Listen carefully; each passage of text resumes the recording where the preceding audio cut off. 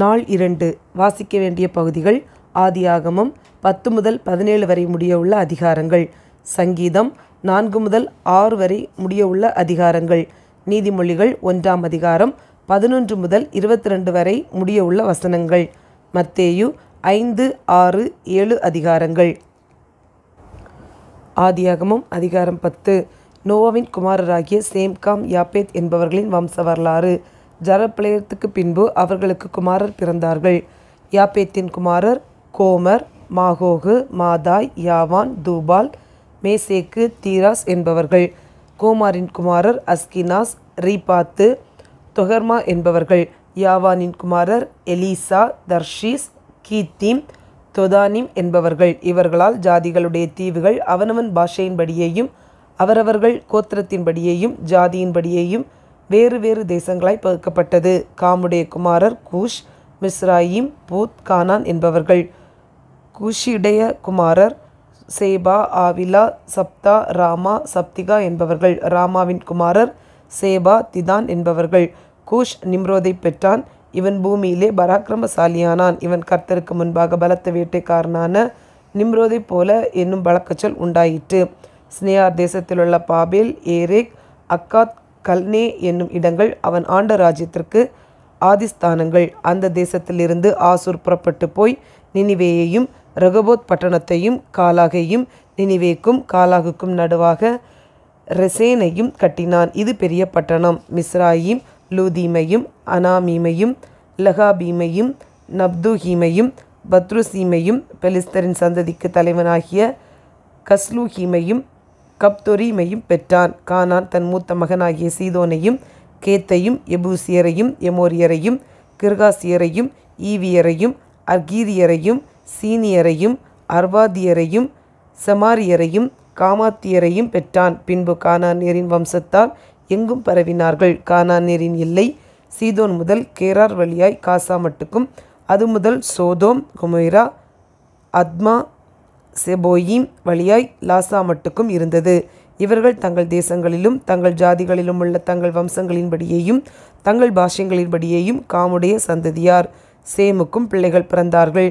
அவன் ஏபேருடைய சந்ததியார் எல்லாருக்கும் தகப்பனும் மூத்தவனாகிய யாப்பேத்துக்கு தம்பியுமாய் இருந்தான். சேமுடைய குமாரர் ஏலாம், அசூர், அர்பக்சாத், லூத், ஆராம் என்பவர்கள். ஆராமுடைய குமாரர் ஊத்ஸ், கூல், கேத்தர், மாஸ் என்பவர்கள். அர்பக்சாத் சாலாவை பெற்றான். சாலா ஏபேரை பெற்றான். ஏபேருக்கு 2 குமாரர் பிறந்தார்கள். ஒருவனுக்கு பேலேகு என்று பேர், ஏனெனில் அவனுடைய நாட்களில் பூமி பகுக்கப்பட்டது. அவனுடைய சகோதரன் பேர் யொக்தான். யொக்தான் அல்மோதாதையும் சாலேப்பையும் அசர்மாவேத்தையும் ஏராகையும் அதோராமையும் ஊசாலையும் திக்லாவையும் ஓபாலையும் அபிமாவேலையும் சேபாவையும் ஓப்பீரையும் ஆவிலாவையும் யோபாவையும் பெற்றான். இவர்கள் அனைவரும் யொக்தானுடைய குமாரர். இவர்களுடைய குடியிருப்பு மேசா துவக்கி கிழக்கேயுள்ள மலையாகிய செப்பாருக்கு போகிற வழி மட்டும் இருந்தது. இவர்களே தங்கள் தேசங்களிலும் தங்கள் ஜாதிகளிலும் உள்ள தங்கள் வம்சங்களின்படியேயும் தங்கள் பாஷைகளின்படியேயும் சேமுடைய சந்ததியார். தங்கள் ஜாதிகளில் உள்ள தங்களுடைய சந்ததிகளின்படியே நோவாவுடைய குமாரரின் வம்சங்கள் இவைகளே. ஜலப்பிரளயத்துக்கு பின்பு இவர்களால் பூமியிலே ஜாதிகள் பிரிந்தன. அதிகாரம் 11. பூமியெங்கும் ஒரே பாஷையும் ஒரே விதமான பேச்சும் இருந்தது. ஜனங்கள் கிழக்கே இருந்து பிரயாணம் பண்ணுகையில் ஸ்னேயார் தேசத்திலே சமபூமியை கண்டு அங்கே குடியிருந்தார்கள். அப்பொழுது அவர்கள், நாம் செங்கல் அறுத்து அதை நன்றாய் சுடுவோம் வாருங்கள் என்று ஒருவரோடொருவர் பேசிக்கொண்டார்கள். கல்லுக்கு பதிலாக செங்கல்லும் சாந்துக்கு பதிலாக நிலக்கிலும் அவர்களுக்கு இருந்தது. பின்னும் அவர்கள், நாம் பூமியின் மீதெங்கும் சிதறி போகாதபடிக்கு நமக்கு ஒரு நகரத்தையும் வானத்தை அளவும் சிகரம் உள்ள ஒரு கோபுரத்தையும் கட்டி நமக்கு பேர் உண்டாக பண்ணுவோம் வாருங்கள் என்று சொல்லி கொண்டார்கள்.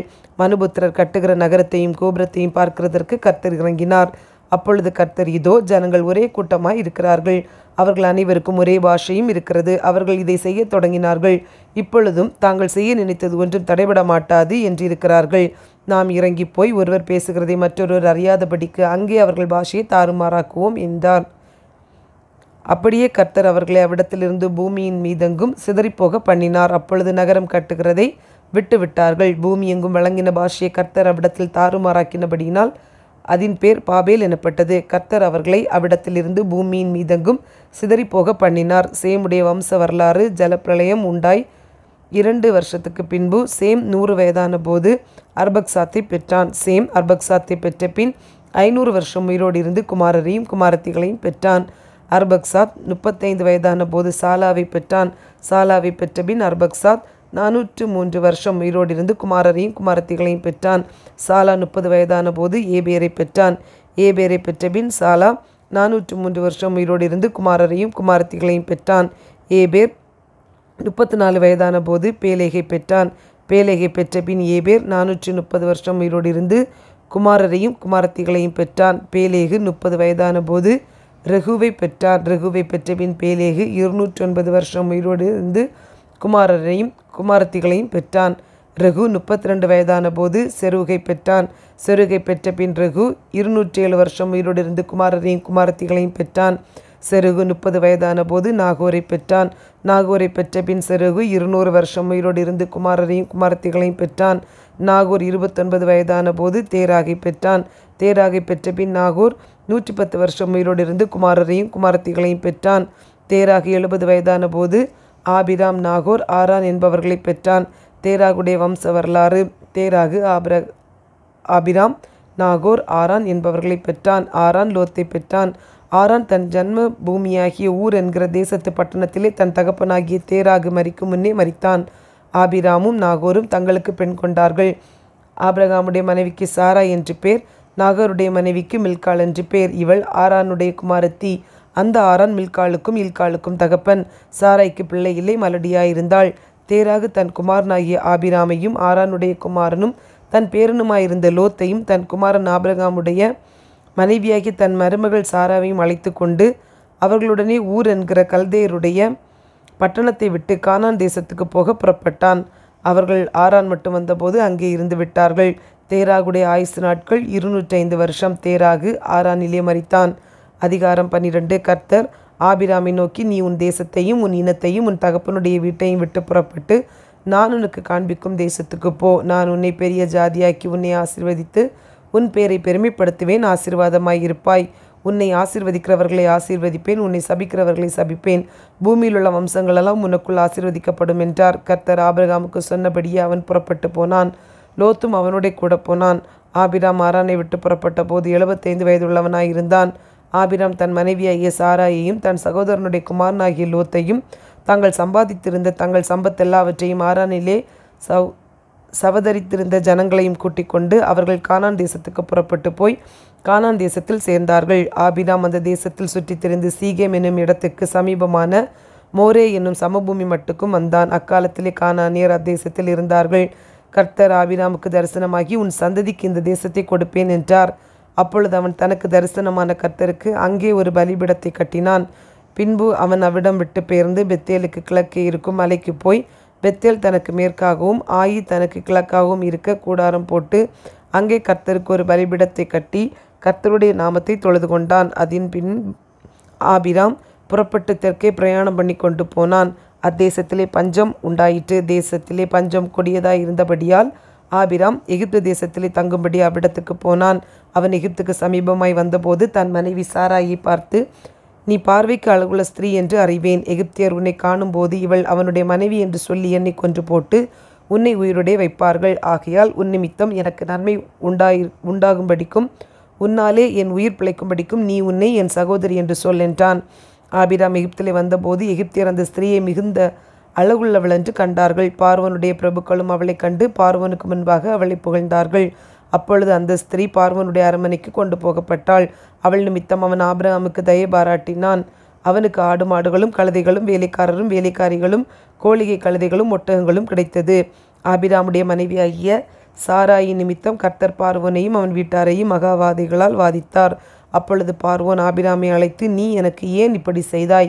இவள் உன் மனைவி என்று நீ எனக்கு அறிவியாமற் போனதென்ன? இவளை உன் சகோதரி என்று நீ சொல்ல வேண்டுவது என்ன? இவளை நான் எனக்கு மனைவியாக கொண்டிருப்பேனே. இதோ உன் மனைவி, இவளை அழைத்து கொண்டு போ என்று சொன்னான். பார்வோன் அவனை குறித்து தன் மனுஷருக்கு கட்டளை கொடுத்தான். அவர்கள் அவனையும் அவன் மனைவியையும் அவனுக்கு உண்டான எல்லாவற்றையும் அனுப்பிவிட்டார்கள். அதிகாரம் 13. ஆபிராமும் அவன் மனைவியும் அவனுக்கு உண்டான யாவும் அவனுடனே லோத்தும் எகிப்தை விட்டு தென் திசையில் வந்தார்கள். ஆபிராம் மிருக ஜீவன்களும் வெள்ளியும் பொன்னுமான ஆஸ்திகளை உடைய சீமானாய் இருந்தான். அவன் தன் பிரயாணங்களிலே தெற்கே இருந்து பெத்தேல் மட்டும், பெத்தேலுக்கும் ஆயிக்கும் நடுவாக தான் முன்பு கூடாரம் போட்டதும் தான் முதல் ஒரு பலிபீடத்தை உண்டாக்கினதுமான ஸ்தலம் மட்டும் போனான். அங்கே ஆபிராம் கர்த்தருடைய நாமத்தை தொழுது கொண்டான். ஆபிராமுடனே வந்த லோத்துக்கும் ஆடு மாடுகளும் கூடாரங்களும் இருந்தன. அவர்கள் ஒருமித்து குடியிருக்க அந்த பூமி அவர்களை தாங்கக்கூடாதிருந்தது. அவர்களுடைய ஆஸ்தி மிகுதியாயிருந்தபடியால் அவர்கள் ஒருமித்து வாசம் பண்ண ஏதுவில்லாமற் போயிற்று. ஆபிராமுடைய மந்தை மேய்ப்பருக்கும் லோத்துடைய மந்தை மேய்ப்பருக்கும் வாக்குவாதம் உண்டாயிற்று. அக்காலத்திலே கானானியரும் பெரிசியரும் அத்தேசத்தில் குடியிருந்தார்கள். ஆபிராம் லோத்தை நோக்கி, எனக்கும் உனக்கும் என் மேய்ப்பருக்கும் உன் மேய்ப்பருக்கும் வாக்குவாதம் வேண்டாம். நாம் சகோதரர். இந்த தேசமெல்லாம் உனக்கு முன் இருக்கிறது அல்லவா?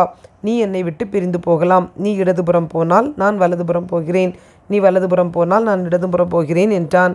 அப்பொழுது லோத்து தன் கண்களை ஏறெடுத்து பார்த்து யோர்தான் நதிக்கு அருகான சமபூமி முழுவதும் நீர்வளம் பொருந்தினதாய் இருக்க கண்டான். கர்த்தர் சோதோமையும் கொமோராவையும் அழிக்கும் முன்னே சோவாருக்கு போம் வழி மட்டும் அது கர்த்தருடைய தோட்டத்தைப் போலவும் எகிப்து தேசத்தைப் போலவும் இருந்தது.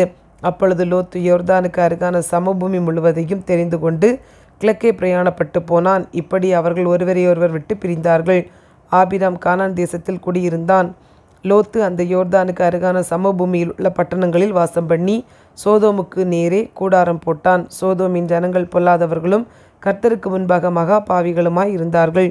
லோத்து ஆபிராமை விட்டு பிரிந்த பின்பு கர்த்தர் ஆபிராமை நோக்கி, உன் கண்களை ஏறெடுத்து நீ இருக்கிற இடத்தில் இருந்து வடக்கேயும் தெற்கேயும் கிழக்கேயும் மேற்கேயும் நோக்கிப்பார். நீர் பார்க்கிற இந்த பூமி முழுவதையும் நான் உனக்கும் உன் சந்ததிக்கும் என்றென்றைக்கும் இருக்கும்படி கொடுத்து உன் சந்ததியை பூமியின் தூளை போல பெருக பண்ணுவேன். ஒருவன் பூமியின் தூளை எண்ணக்கூடுமானால் உன் சந்ததியும் எண்ணப்படும். நீ எழுந்து தேசத்தின் நீளமும் அகலமும் எம்மட்டோ அம்மட்டும் நடந்து திரி, உனக்கு அதை தருவேன் என்றார். அப்பொழுது ஆபிராம் கூடாரத்தை பெயர்த்து கொண்டு போய் எபிரோனில் இருக்கும் மம்ரேயின் சமபூமியில் சேர்ந்து குடியிருந்து அங்கே கர்த்தருக்கு ஒரு பலிபீடத்தை கட்டினான். அதிகாரம் 14.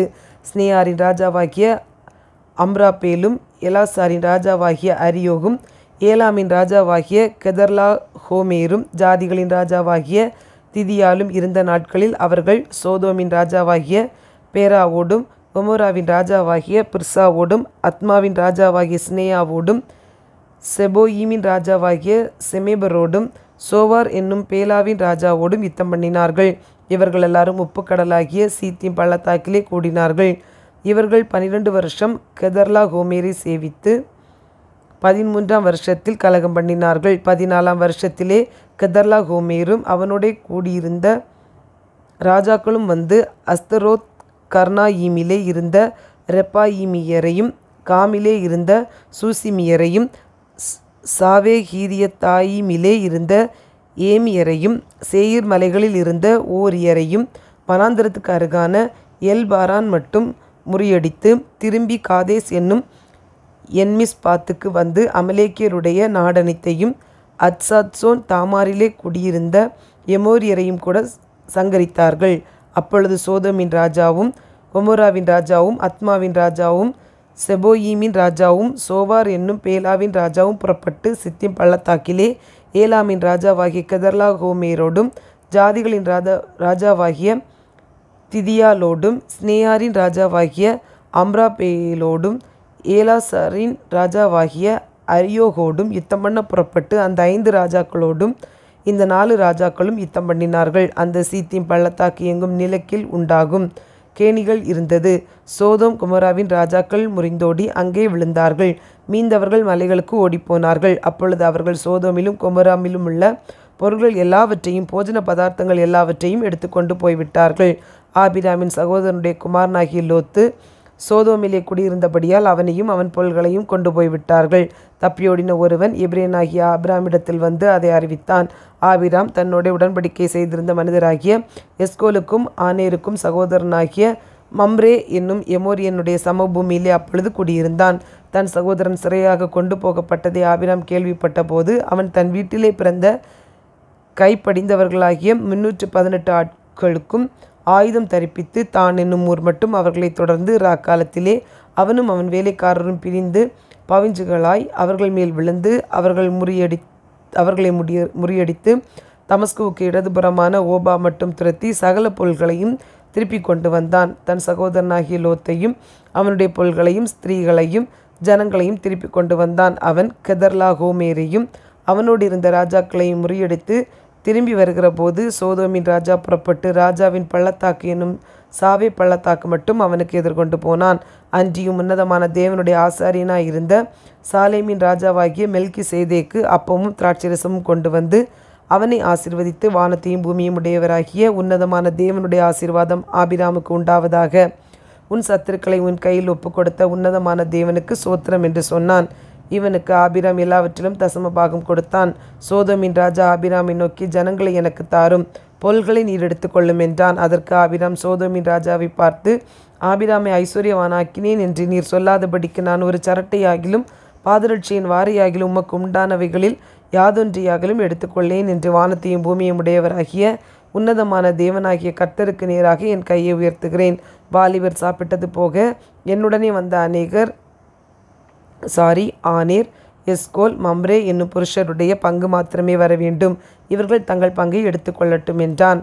அதிகாரம் 15. இந்த காரியங்கள் நடந்த பின்பு கர்த்தருடைய வார்த்தை ஆபிராமுக்கு தரிசனத்திலே உண்டாகி, அவர் ஆபிராமே, நீ பயப்படாதே, நான் உனக்கு கேடகமும் உனக்கு மகா பெரிய பலனுமாய் இருக்கிறேன் என்றார். அதற்கு ஆபிராம், கர்த்தராகிய ஆண்டவரே, அடியனுக்கு என்ன தருவீர்? நான் பிள்ளை இல்லாமல் இருக்கிறேனே. தமஸ்கு ஊரானாகிய இந்த எலெயாசர் என் வீட்டு விசாரணை கர்த்தனாய் இருக்கிறானே என்றான். பின்னும் ஆபிராம், தேவரீர் எனக்கு புத்திர சந்தானம் அருளவில்லை. இதோ என் வீட்டிலே பிறந்த பிள்ளை எனக்கு சுதந்திரவாளியாய் இருக்கிறான் என்றான். அப்பொழுது கர்த்தருடைய வார்த்தை அவனுக்கு உண்டாகி, இவன் உனக்கு சுதந்திரவாளி அல்ல, உன் கர்ப்ப பிறப்பாய் இருப்பவனே உனக்கு சுதந்திரவாளியாவான் என்று சொல்லி அவர் அவனை வெளியே அழைத்து, நீ வானத்தை அண்ணாந்து பார், நட்சத்திரங்களை எண்ண உன்னாலே கூடுமானால் அவைகளை எண்ணு என்று சொல்லி பின்பு அவனை நோக்கி, உன் சந்ததி இவ்வனமாய் இருக்கும் என்றார். அவன் கர்த்தரை விசுவாசித்தான். அதை அவர் அவனுக்கு நீதியாக எண்ணினார். பின்னும் அவர் அவனை நோக்கி, இந்த தேசத்தை உனக்கு சுதந்திரமாக கொடுக்கும் பொருட்டு உன்னை ஊர் என்கிற கல்தேயருடைய பட்டணத்திலிருந்து அழைத்து வந்த கர்த்தர் நானே என்றார். அதற்கு அவர், கர்த்தராகிய ஆண்டவரே, நான் அதை சுதந்திரித்துக் கொள்வேன் என்று எதனால் அறிவேன் என்றான். அதற்கு அவர் 3 வயது கிடாரியையும் 3 வயது வெள்ளாட்டையும் 3 வயது ஆட்டுக்கடாவையும் 1 காட்டுப்புறாவையும் 1 புறா குஞ்சையும் என்னிடத்தில் கொண்டு வா என்றார். அவன் அவைகள் எல்லாவற்றையும் அவரிடத்தில் கொண்டு வந்து அவைகளை நடுவாக துண்டித்து துண்டங்களை ஒன்றுக்கொன்று எதிராக வைத்தான். பட்சிகளை அவன் துண்டிக்கவில்லை. பறவைகள் அந்த உடல்களின் மேல் இறங்கின. அவைகள் ஆபிராம் துரத்தினான். சூரியன் அஸ்தமிக்கும் போது ஆபிராமுக்கு அயர்ந்த நித்திரை வந்தது. திகிலும் காரிருளும் அவனை மூடிக்கொண்டது. அப்பொழுது அவர் ஆபிராமை நோக்கி, உன் சந்ததியார் தங்களுடையதல்லாத அந்நிய தேசத்தில் பரதேசிகளாய் இருந்து அத்தேசத்தாரை சேவிப்பார்கள் என்றும் அவர்களால் 400 வருஷம் உபத்திரப்படுவார்கள் என்றும் நீ நிச்சயமாய் அறிய கடவாய். இவர்கள் சேவிக்கும் ஜாதிகளை நான் நியாயம் தீர்ப்பேன். பின்பு மிகுந்த பொருள்களுடனே புறப்பட்டு வருவார். நீ சமாதானத்தோടെ உன் பிதாக்களிடத்தில் சேருவாய். நல்ல முதிர் வயதிலே அடக்க பண்ணப்படுவாய். 4ஆம் தலைமுறையிலே அவர்கள் இவ்விடத்துக்கு திரும்ப வருவார்கள். ஏனென்றால் எமோரியருடைய அக்கிரமம் இன்னும் நிறைவாகவில்லை. சூரியன் அஸ்தமித்து காலையில் உண்டான பின்பு இதோ புகைகிற சூளையையும் அந்த துண்டங்களின் நடுவே நடந்து போகிற அக்னி ஜுவாலையும் தோன்றின. அந்நாளிலே கர்த்தர் ஆபிராமுடைய உடன்படிக்கை பண்ணி எகிப்தின் நதி துவக்கி ஐபிராத்து நதி என்னும் பெரிய நதி மட்டுமுள்ளதும் கேனியரும் கெனிசியரும் கத்மோனியரும் ஏத்தியரும் பெரியரும் ரெப்பாயிமியரும் எமோரியரும் கானானியரும் கிர்காசியரும் எபூசியரும் என்பவர்கள் இருக்கிறதுமான இந்த தேசத்தை உன் சந்ததிக்கு கொடுத்தேன் என்றார். அதிகாரம் 14. ஆபிராமுடைய மனைவியாகிய சாராய்க்கு பிள்ளை இல்லாதிருந்தது. எகிப்து தேசத்தாளாகிய ஆகார் என்னும் பெயர் கொண்ட ஒரு அடிமை பெண் அவளுக்கு இருந்தாள். சாராய் ஆபிராமை நோக்கி, நான் பிள்ளை பெறாதபடிக்கு கர்த்தரின் கர்ப்பத்தை அடைத்திருக்கிறார். என் அடிமை பெண்ணோடே சேரும், ஒருவேளை அவளால் என் வீடு கட்டப்படும் என்றாள். சாராயின் வார்த்தைக்கு ஆபிராம் செவி கொடுத்தான். ஆபிராம் கானான் தேசத்தில் 10 வருஷம் குடியிருந்த பின்பு ஆபிராமின் மனைவியாகிய சாராய் எகிப்து தேசத்தாளான தன் அடிமை பெண்ணாகிய ஆகாரை அழைத்து அவளை தன் புருஷனாகிய ஆபிராமிக்கு மறுமனையாட்டியாக கொடுத்தாள். அவன் ஆகாரோடு சேர்ந்தபோது அவள் கர்ப்பம் தரித்தாள். அவள் தான் கர்ப்பவதியானதை கண்டபோது தன் ஆட்சியாரை அற்பமாக எண்ணினாள். அப்பொழுது சாராய் ஆபிராமை நோக்கி, எனக்கு நேரிட்ட அநியாயம் உமது மேல் சுமரும். என் அடிமை பெண்ணை உம்முடைய மடியிலே கொடுத்தேன். அவள் தான் கர்ப்பவதியானதை கண்டு என்னை அற்பமாய் எண்ணுகிறாள். கர்த்தர் எனக்கும் உமக்கும் நடுநின்று நியாயம் தீர்ப்பாராக என்றாள். அதற்கு ஆபிராம் சாராயை நோக்கி, இதோ உன் அடிமை பெண் உன் கைக்குள் இருக்கிறாள். உன் பார்வைக்கு நலமானபடி அவளுக்கு செய் என்றான். அப்பொழுது சாராய் அவளை கடினமாய் நடத்தினபடியால் அவள் அவளை விட்டு ஓடிப்போனாள். கர்த்தருடைய தூதனானவர் அவளை வனாந்திரத்திலே சூருக்கு போகிற வழியருகே இருக்கிற நீரூற்றண்டையில் கண்டு, சாராயின் அடிமை பெண்ணாகிய ஆகாரை, எங்கே இருந்து வருகிறாய், எங்கே போகிறாய் என்று கேட்டார். அவள், நான் என் நாச்சியாராகிய சாராயை விட்டு ஓடிப்போகிறேன் என்றாள். அப்பொழுது கர்த்தருடைய தூதனானவர், நீ உன் நாச்சியார் அண்டைக்கு திரும்பி போய் அவள் கையின் கீழ் அடங்கியிரு என்றார். பின்னும் கர்த்தருடைய தூதனானவர் அவளை நோக்கி, உன் சந்ததியை மிகவும் பெருக பண்ணுவேன், அது பெருகி எண்ணிமுடியாததாய் இருக்கும் என்றார். பின்னும் கர்த்தருடைய தூதனானவர் அவளை நோக்கி, நீ கர்ப்பவதியாய் இருக்கிறாய், ஒரு குமாரனை பெறுவாய். கர்த்தர் உன் அங்கலாய்ப்பை கேட்டபடியினால் அவனுக்கு இஸ்மவேல் என்று பெயரிடுவாயாக. அவன் துஷ்ட மனுஷனாயிருப்பான். அவனுடைய கை எல்லாருக்கும் விரோதமாகவும் எல்லாருடைய கையும் அவனுக்கு விரோதமாகவும் இருக்கும். தன் சகோதரர் எல்லாருக்கும் எதிராக குடியிருப்பான் என்றார். அப்பொழுது அவள், என்னை காண்பவரை நானும் இவ்விடத்தில் கண்டேன் அல்லவா என்று சொல்லி தன்னோடே பேசின கர்த்தருக்கு, நீர் என்னை காண்கிற தேவன் என்று பெயரிட்டாள். ஆகையால் அந்த துறவு பெயர் லகாய்ரோயி எனப்பட்டது.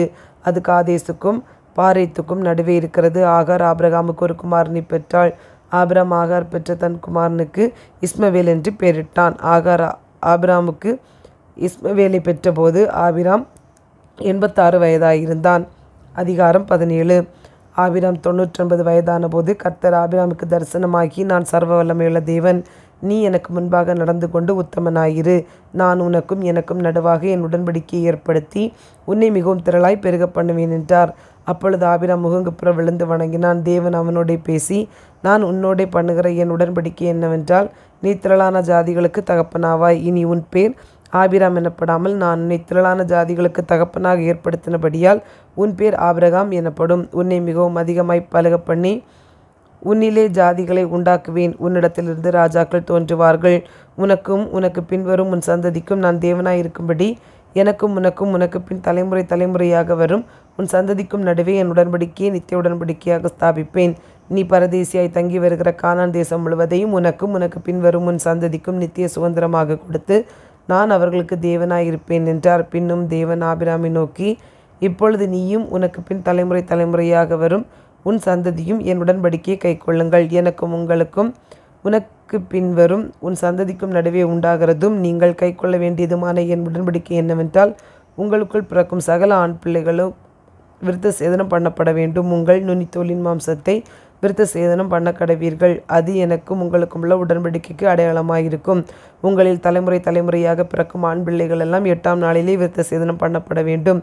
வீட்டிலே பிறந்த பிள்ளையும் உன் வித்தல்லாத அந்நியரிடத்தில் பணத்திற்கு கொள்ளப்பட்ட எந்த பிள்ளையும் அப்படியே விருத்த சேதனம் பண்ணப்பட வேண்டும். உன் வீட்டிலே பிறந்த பிள்ளையையும் உன் பணத்திற்கு கொள்ளப்பட்டவனும் விருத்த சேதனம் பண்ண வேண்டியது அவசியம். இப்படி என் உடன்படிக்கை உங்கள் மாம்சத்திலே நித்திய உடன்படிக்கையாக இருக்க கடவது. நுனித்தோலின் மாம்சம் விருத்த சேதனம் பண்ணப்படாதிருக்கிற நுனித்தோல் உள்ள ஆண் பிள்ளைகளாயிருந்தால் அந்த ஆத்துமா என் உடன்படிக்கையை மீறினபடியால் தன் ஜனத்தில் இராதபடிக்கு அறுப்புண்டு போவான் என்றார்.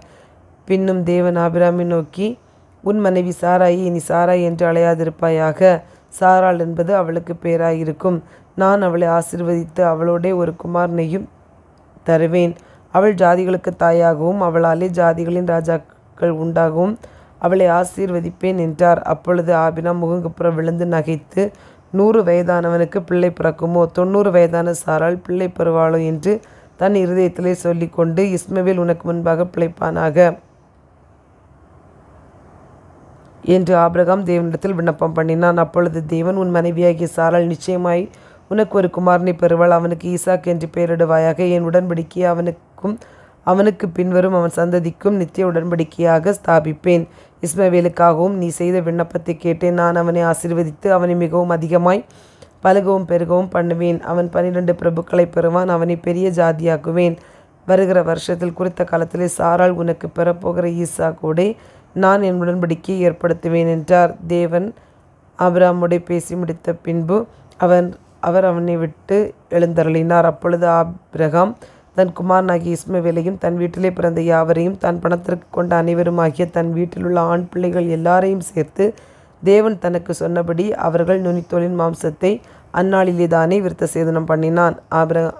ஆபிரகாமுடைய நுனித்தோலின் மாம்சம் விருத்த சேதனம் பண்ணப்படும் போது அவன் 99 வயதாயிருந்தான். அவனுடைய குமாரன் இஸ்மவேலுடைய நுனித்தோலின் மாம்சம் விருத்த சேதனம் பண்ணப்படும் போது அவன் 13 வயதாயிருந்தான். ஒரே நாளில் ஆபிரகாமும் அவன் குமாரன் இஸ்மவேலும் விருத்த சேதனம் பண்ணப்பட்டார்கள். வீட்டிலே பிறந்தவர்களும் அந்நியரிடத்திலே பணத்திற்கு கொள்ளப்பட்டவர்களும் ஆகிய அவன் வீட்டு மனுஷர்கள் எல்லாரும் அவனோட கூட விருத்த சேதனம் பண்ணப்பட்டார்கள். சங்கீதம் அதிகாரம் 4. என் நீதியின் தேவனே, நான் கூப்பிடுகையில் எனக்கு செவிகொடும். நெருக்கத்தில் இருந்த எனக்கு விசாலம் உண்டாக்கினீர். எனக்கு இறங்கி என் விண்ணப்பத்தை கேட்டருளும். மனுபுத்திரரே, எதுவரைக்கும் என் மகிமையை அவமானப்படுத்தி வீணானதை விரும்பி பொய்யை நாடுவீர்கள்? பக்தியுள்ளவனை கர்த்தர் தமக்காக தெரிந்து கொண்டார் என்று அறியுங்கள். நான் கர்த்தரை நோக்கி கூப்பிடுகையில் அவர் கேட்பார். நீங்கள் கோபம் கொண்டாலும் பாவம் செய்யாதிருங்கள்.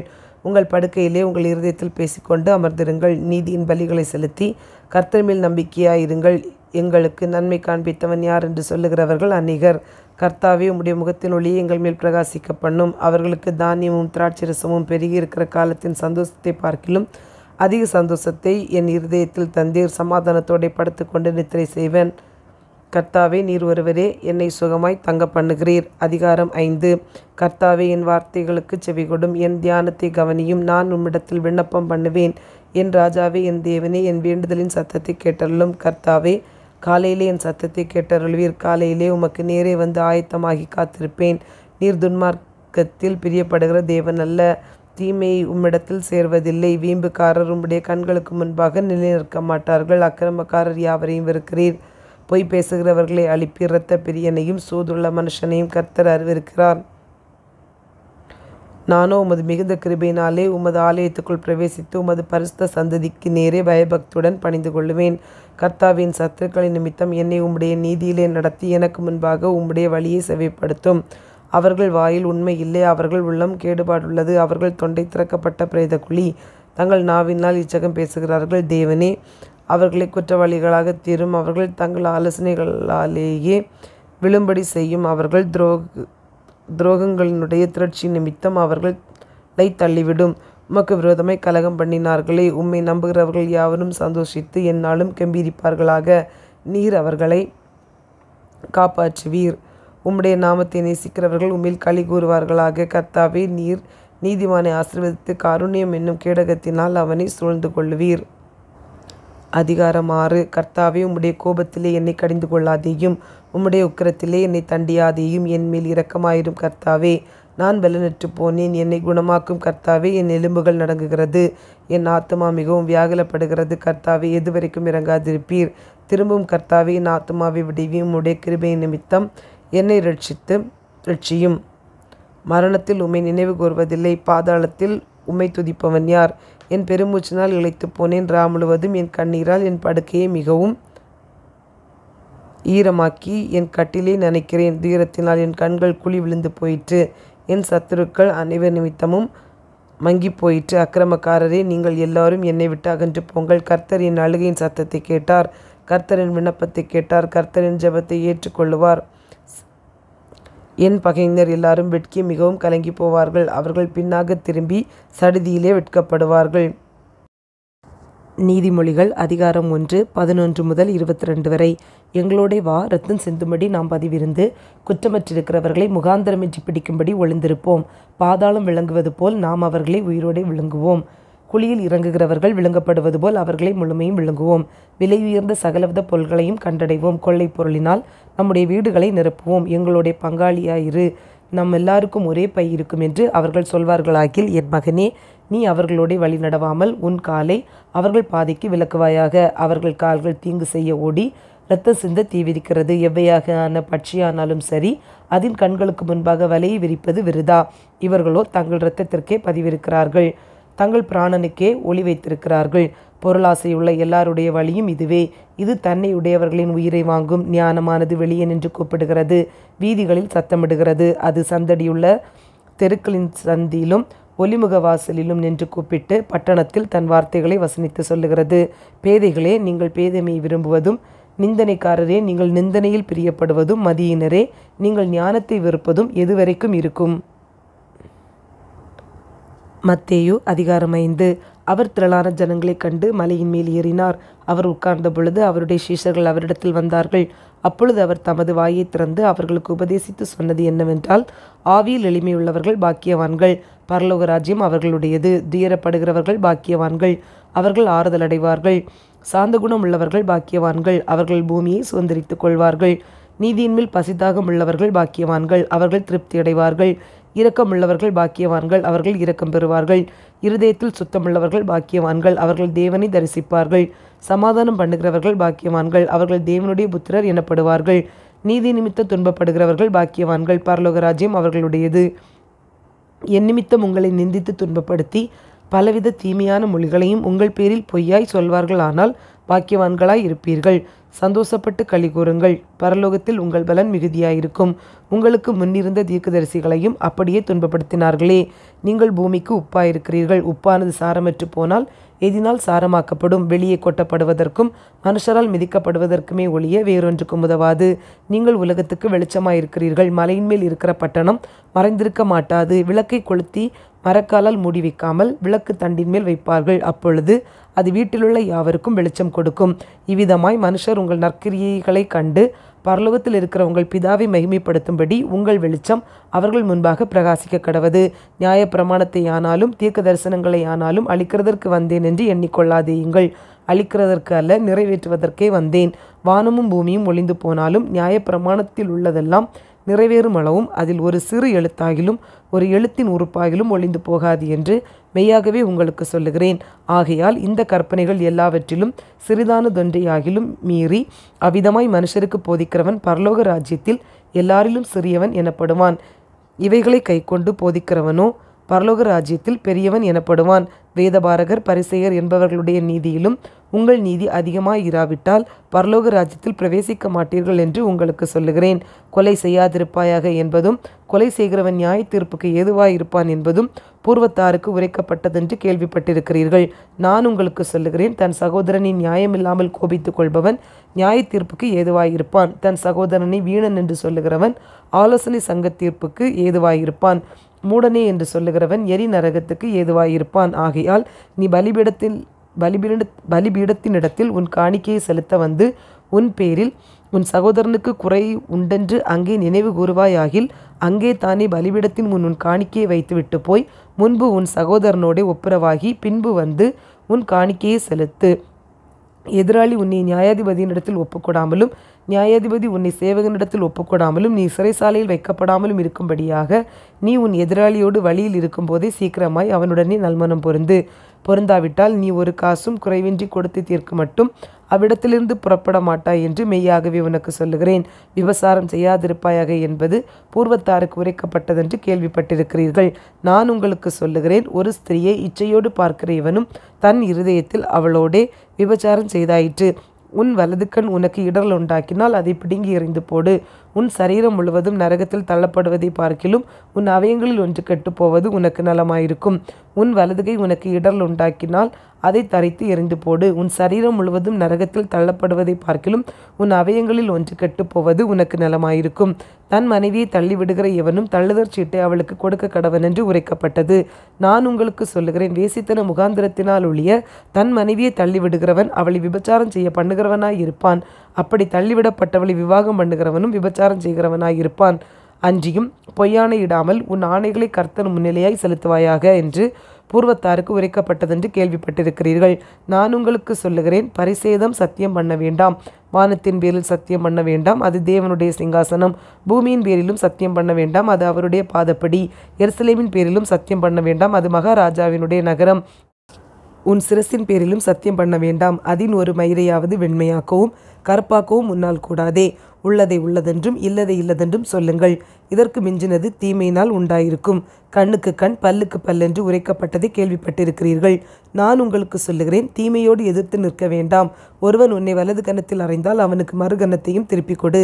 உன்னோடு வழக்காடி உன் வஸ்திரத்தை எடுத்துக்கொள்ள வேண்டுமென்று இருக்கிறவனுக்கு உன் அங்கியையும் விட்டுவிடு. ஒருவன் உன்னை 1 மைல் தூரம் வர பலவந்தம் பண்ணினால் அவனோடு 2 மைல் தூரம் போ. உன்னிடத்தில் கேட்கிறவனுக்கு கொடு, உன்னிடத்தில் கடன் வாங்க விரும்புகிறவனுக்கு முகம் கோணாதே. உனக்கடுத்தவனை சிநேகித்து உன் சத்துருவை பகைப்பாயாக என்று சொல்லப்பட்டதை கேள்விப்பட்டிருக்கிறீர்கள். நான் உங்களுக்கு சொல்லுகிறேன், உங்கள் சத்துருக்களை சிநேகியுங்கள், உங்களை சபிக்கிறவர்களை ஆசீர்வதியுங்கள், உங்களை பகைக்கிறவர்களுக்கு நன்மை செய்யுங்கள், உங்களை நிந்திக்கிறவர்களுக்காகவும் உங்களை துன்பப்படுத்துகிறவர்களுக்காகவும் ஜெபம் பண்ணுங்கள். இப்படி செய்வதினால் நீங்கள் பரலோகத்தில் இருக்கிற உங்கள் பிதாவுக்கு புத்திரராய் இருப்பீர்கள். அவர் தீயோர் மேலும் நல்லோர் மேலும் தமது சூரியனை உதிக்க பண்ணி நீதியுள்ளவர்கள் மேலும் அநீதியுள்ளவர்கள் மேலும் மழையை பெய்ய பண்ணுகிறார். உங்களை சிநேகிக்கிறவர்களையே நீங்கள் சிநேகிப்பீர்களானால் உங்களுக்கு பலன் என்ன? ஆயக்காரரும் அப்படியே செய்கிறார்கள் அல்லவா? உங்கள் சகோதரரை மாத்திரம் வாழ்த்துவீர்களானால் நீங்கள் விசேஷித்து செய்கிறது என்ன? ஆயக்காரரும் அப்படி செய்கிறார்கள் அல்லவா? ஆகையால் பரலோகத்தில் இருக்கிற உங்கள் பிதா பூரண சற்குணராய் இருக்கிறது போல நீங்களும் பூரண சர்க்குணராய் இருக்க கடவீர்கள்.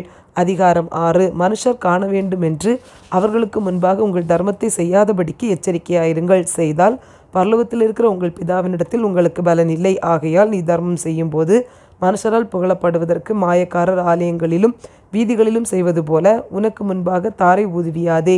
அவர்கள் தங்கள் பலனை அடைந்து தீர்ந்ததென்று மெய்யாகவே உங்களுக்கு சொல்லுகிறேன். நீயோ தர்மம் செய்யும் போது உன் தர்மம் அந்தரங்கமாய் இருப்பதற்கு உன் வலதுகை செய்கிறதை உன் இடதுகை அறியாதிருக்க கடவது. அப்பொழுது அந்தரங்கத்தில் பார்க்கிற உன் பிதா தாமே உனக்கு வெளியரங்கமாய் பலனளிப்பார். அன்றியும் நீ ஜெபம் பண்ணும்போது மாயக்காரரை போல் இருக்க வேண்டாம். மனுஷர் காணும்படியாக அவர்கள் ஜெப ஆலயங்களிலும் வீதிகளின் சந்திகளிலும் நின்று ஜெபம் பண்ண விரும்புகிறார்கள். அவர்கள் தங்கள் பலனை அடைந்து தீர்ந்ததென்று மெய்யாகவே உங்களுக்கு சொல்லுகிறேன்.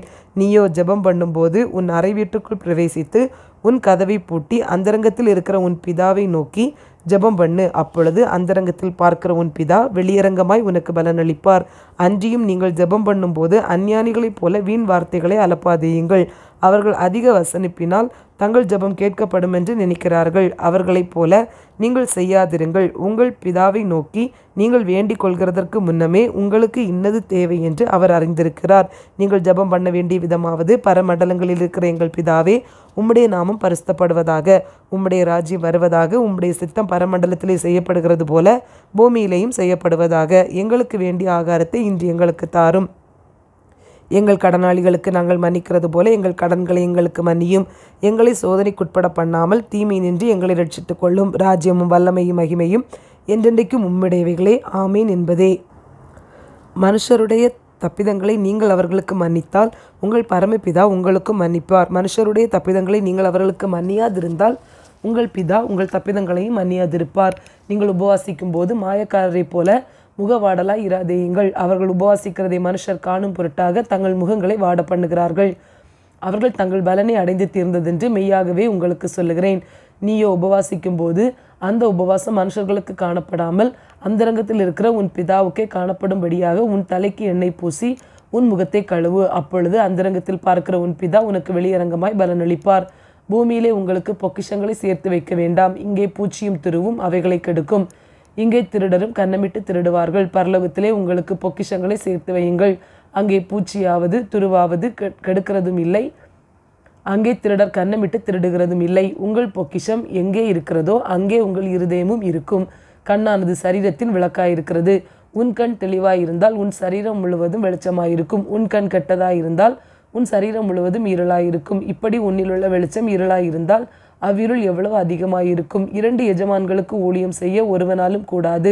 ஒருவனை பகைத்து மற்றவனை சிநேகிப்பான், அல்லது ஒருவனை பற்றி கொண்டு மற்றவனை அசட்டை பண்ணுவான். தேவனுக்கும் உலகப் பொருளுக்கும் ஊழியம் செய்ய உங்களால் கூடாது. ஆகையால் எண்ணத்தை உண்போம் எண்ணத்தை குடிப்போம் என்று உங்கள் ஜீவனுக்காகவும் எண்ணத்தை உடுப்போம் என்று உங்கள் சரீரத்துக்காகவும் கவலைப்படாதிருங்கள் என்று உங்களுக்கு சொல்லுகிறேன். ஆகாரத்தை பார்க்கிலும் ஜீவனும் உடையை பார்க்கிலும் சரீரமும் விசேஷித்தவைகள் அல்லவா?